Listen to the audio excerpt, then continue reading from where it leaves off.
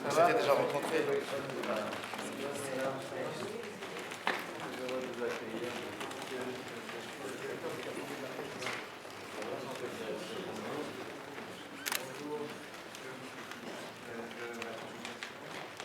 Ça va? Oui, que je connais.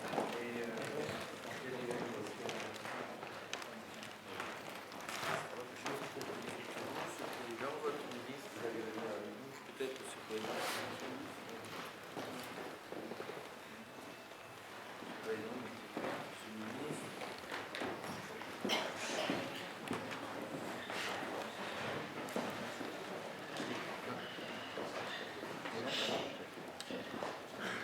Monsieur le Président, Messieurs les ministres, et tout particulièrement Monsieur le ministre des Finances, Monsieur l'ambassadeur, Monsieur le directeur général adjoint de l'AFD, qui est là, Mesdames et Messieurs, chers amis, c'est un grand honneur pour nous, Monsieur le Président, de vous recevoir au Quai d'Orsay ce matin, certes un peu tôt, parce que nous sommes extrêmement sensibles au fait que vous ayez souhaité partager ce moment de signature avec le gouvernement de votre beau pays.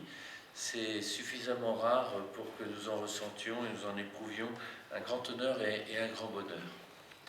Et avant que nous procédions à cette signature, si vous le voulez bien, Monsieur le Président, je voudrais simplement rappeler qu'au cours du premier semestre 2009, la France, et vous le savez, a fait le choix, sans hésiter, et peut-être dans un certain isolement, d'annoncer la poursuite de toute sa coopération pour Madagascar. Les liens historiques que nous connaissons tous, qui sont si forts, la proximité géographique, par la Réunion et Mayotte, entre nos deux pays, lient en effet leur destin dans l'océan Indien, et cette proximité nous enchante. C'est ainsi que se sont poursuivies toutes les activités de notre coopération pour le renforcement de l'état de droit, comme pour le soutien aux initiatives de la société civile. L'aide alimentaire a été augmentée et l'aide budgétaire suspendue par les bailleurs de fonds a été réallouée au financement d'actions dans les secteurs sociaux ou en appui à des réformes essentielles, comme le programme national foncier, par exemple, ou encore en direction du secteur productif, comme les reconstructions agricoles post-cycloniques dans le sud-est, et puis aussi au travers de l'aviation civile, en direction d'Air Madagascar. L'expertise française a pu être mobilisée. Les programmes d'investissement dans les ports de Diego Suarez et de Morondova, entièrement rénovés aujourd'hui, la construction en voie d'achèvement d'une nouvelle centrale électrique à Mahayunga, les programmes de construction et de renforcement des capacités dans les secteurs de l'éducation à Farafangana, mais aussi de la santé, et enfin la poursuite d'un vaste programme agricole national appelé bassin versant périmètre irrigué dans 3 régions de Madagascar. Telles sont les principales réalisations tangibles de ces dernières années. Des appuis ont aussi accompagné les initiatives du secteur financier et des entreprises. Une nouvelle société financière, Solidis, dédiée au financement des très petites entreprises, a pu voir le jour. Le fonds de garantie malgache a été renforcé. Plusieurs institutions de microfinance rurale ont été soutenues dans leur expansion. Des garanties apportées aux banques ont facilité le financement des investissements et la création d'emplois dans une cinquantaine d'entreprises de votre pays. Des programmes dits de renforcement des capacités commerciales ont soutenu, dans la crise économique internationale et malgache, la mise à niveau et la compétitivité des entreprises exportatrices de Madagascar et ont entretenu, dans des moments parfois difficiles, l'attractivité touristique de votre beau pays sur les marchés étrangers. Aujourd'hui, à vos côtés, Monsieur le Président, à l'appui des opportunités et face aux défis qui constitueront le socle du rebond de Madagascar, il nous est donné de sceller de nouveaux engagements et d'en entrevoir d'autres encore.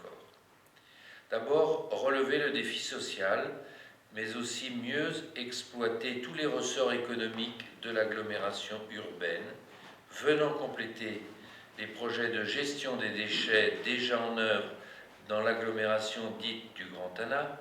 Le projet Lalanne Kelly apportera à plus de 600 000 personnes dans des quartiers défavorisés de la capitale et des communes environnantes des infrastructures de base auxquelles elles peuvent légitimement aspirer. Une mobilité rendue plus sûre et plus aisée, 80 km de voirie, l'accès à l'eau et à des équipements sanitaires gérés par les communautés bénéficiaires et l'assainissement. C'est l'objet de la convention de don de 9 millions d'euros que nous allons signer dans un instant, Monsieur le Ministre.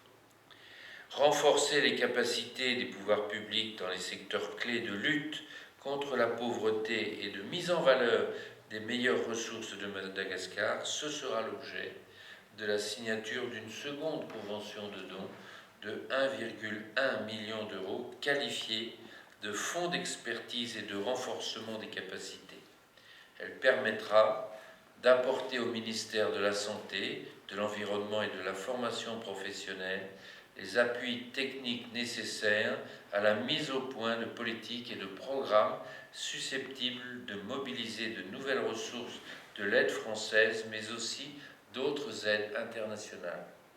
Enfin, avec la complicité du directeur général de l'AFD, représenté par son adjoint, je crois pouvoir mettre en perspective de prochains engagements par le conseil d'administration de l'AFD en faveur de votre pays. Tout d'abord, et d'ici la fin de l'année, l'octroi de nouvelles subventions de 7,5 millions d'euros devrait permettre d'appuyer la mise en œuvre de partenariats publics-privés dans des domaines clés de relance de l'économie malgache, la formation professionnelle dans le secteur du bâtiment et des travaux publics d'une part, la compétitivité à l'exportation des entreprises de Madagascar et la promotion de son attrait touristique d'autre part. Je crois aussi pouvoir dire que l'Agence française de développement a, entre autres choses, engagé l'instruction d'un nouveau concours sectoriel en faveur de l'éducation, ainsi que celle d'une seconde tranche d'un concours dans le secteur de la santé qui pourrait voir le jour, je le pense, en 2012.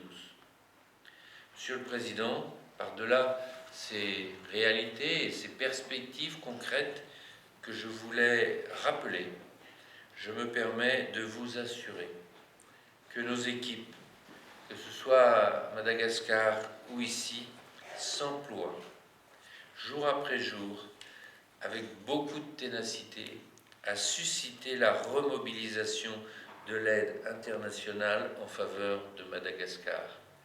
Les étapes politiques que vous avez franchies le permettent maintenant. Les déclarations très récentes de Madame Ashton et du commissaire Piebalgs au nom de l'Union européenne sont encourageantes et positives, et nous nous en réjouissons, et je peux vous dire que nous les approuvons et que nous continuons jour après jour à militer dans ce domaine pour que la mobilisation internationale vous permette d'accélérer tout ce service dont la population et le peuple malgache ont un grand besoin. Ils le méritent. Nous pensons en effet qu'il est temps de relancer des coopérations dynamiques au profit de toutes les populations, devant les étapes clés d'une sortie de crise durable qui viennent d'être franchies. Et je me permets là aussi de le souligner et d'en remercier tous les acteurs. Je veux bien sûr en cet instant faire référence à la signature de la feuille de route qui est intervenue au mois de septembre. Je sais les efforts que vous-même et beaucoup d'autres ont déployés pour que cette signature intervienne. Certes, on trouve toujours que les délais sont un peu longs, mais ce qui compte, c'est le résultat, c'est la mobilisation, et c'est le fait que l'ensemble des forces politiques aient participé à cette signature. C'est une étape politique absolument essentielle, et là encore, je crois que ce sera porteur d'espoir pour votre pays.